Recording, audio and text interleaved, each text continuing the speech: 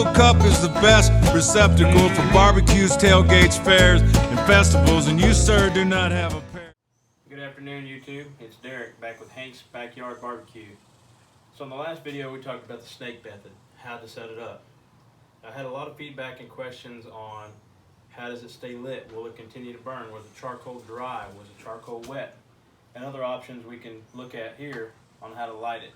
I currently have 3 with the exception of lighter fluid. Not in my house, you won't find it. Stay tuned. So the first one we're going to talk about is fire and flavor. This is the one that I used yesterday in my demonstration. The materials, it says, is 100% natural, no chemicals, made here in the USA, and it comes with 24 little squares just like this. And when you pull it out of the box, it's about a solid sheet just like so. There's 4 in this little brick here. And what you do is you just snap it off just like that. Now I have 2, and you snap it off into 1. The instructions on the back say to wedge 2 fire starters in a pyramid shape around your charcoal. I only use 1 and it works just fine. Now, to follow up on the question of how does the charcoal stay lit around, keep going and stay lit the entire time, it just ignites itself with the heat. I don't own any lighter fluid. I don't use any lighter fluid. I don't like the taste of it. I do have some very good friends of mine who do use it, and that's fine. Everybody has their own preference. I just prefer to use it like this, especially if I'm adding wood chunks to get that wood smoke flavor. The second option we have that I really am starting to like a little bit more than the fire and flavor cubes is Frontier Tumbleweeds. I picked these up at the local grocery store. There is 16 in these though, so you're short 8. Instead of 20, instead of 24, you get 16. The reason I like these a little bit more is they light up pretty much instantly. What I found with the cubes, you have to hold the lighter on there a little bit to get it started. They do tend to burn a little bit longer than these tumbleweeds, as far as getting the heat and the charcoal going.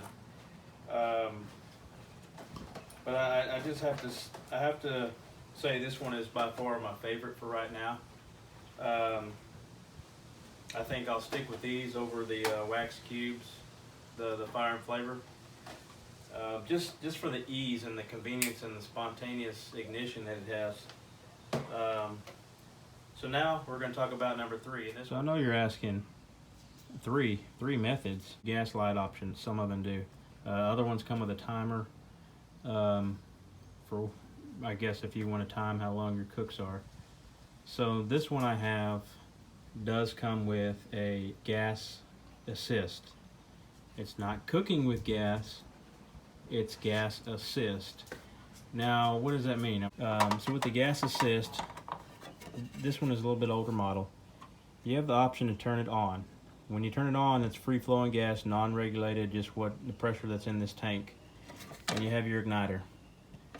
And just like any gas range or gas stove, or even this lighter here that I use for the wax cubes and the tumbleweeds,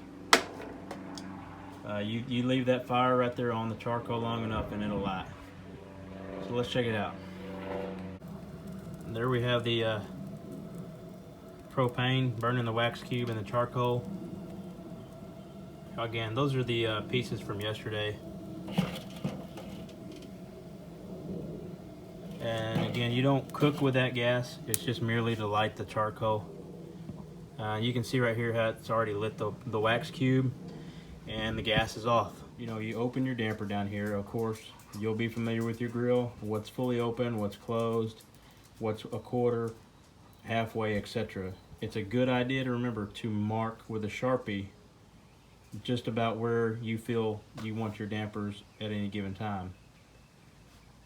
I forgot to mention is we didn't talk about vent opening. That did pertain to another question of mine. How does it maintain temperature? Well, with the Webers, and I know I mentioned the bottom vent earlier in the video. With the top vent, you wanted no more bigger opening than you could fit a number 2 pencil through. With that opening on top and maybe halfway on bottom, I maintain a steady temperature of say 225, really no higher than 250 with the 2x2 method inside the Weber. Another good point that was brought up to me was, well, what if I have a 26-inch Weber? What if I have an 18-inch Weber? I can't speak for those. One guy did throw me a tip, and I'll relay that to you. I'm all about sharing knowledge and information that can be useful. He did a 2x1 on his 18-inch, okay? And basically the same setup I got.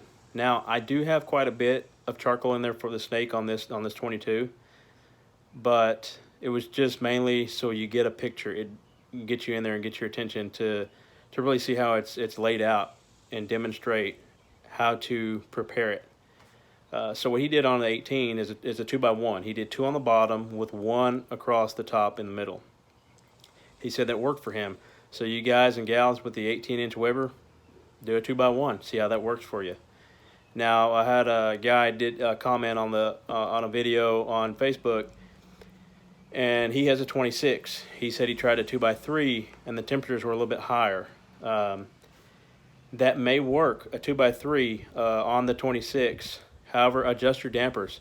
Choke it off on the bottom and maybe a quarter, a little less than a quarter, and have that top open either a pencil width or a little less than that, and just play with your temperatures until you get it just right for the meat. Another thing I didn't mention in the other video was if I have a brisket on there, that point in is going to be towards the middle of that snake. Okay, so as it works its way around and it gets hotter as it gets closer to that brisket meat, then that fat up under there is going to help protect that meat. And I'll have a catch pan under there to catch all the drippings from the meat so they don't get down in my Weber and just have a nasty mess. Now, on another cook I did with this, I threw a water pan in there. Turned out perfect. And again, that's the whole reason this is Hank's Backyard Barbecue. I'm backyard barbecuing, baby. I'm not in a competition. I don't have a restaurant. This is strictly backyard barbecue. Y'all have a good day. Just a small disclaimer. I will drop Amazon affiliate links in the description below if you'd like to purchase Fire and Flavor, the Frontier Tumbleweeds, or even a Weber Performer. In my next video, we will talk about the Inkbird, the Expert Grill Thermometer, and my Weber Instant Read. Maybe even do a demonstration on the Pitboss. Again, I'm not sponsored by anybody. I don't make any money unless you click that Amazon affiliate link, and even then, it's just a small percent. Until next time, y'all have a great day, and happy 4th of July. Slowly burning the low. Dadgummit.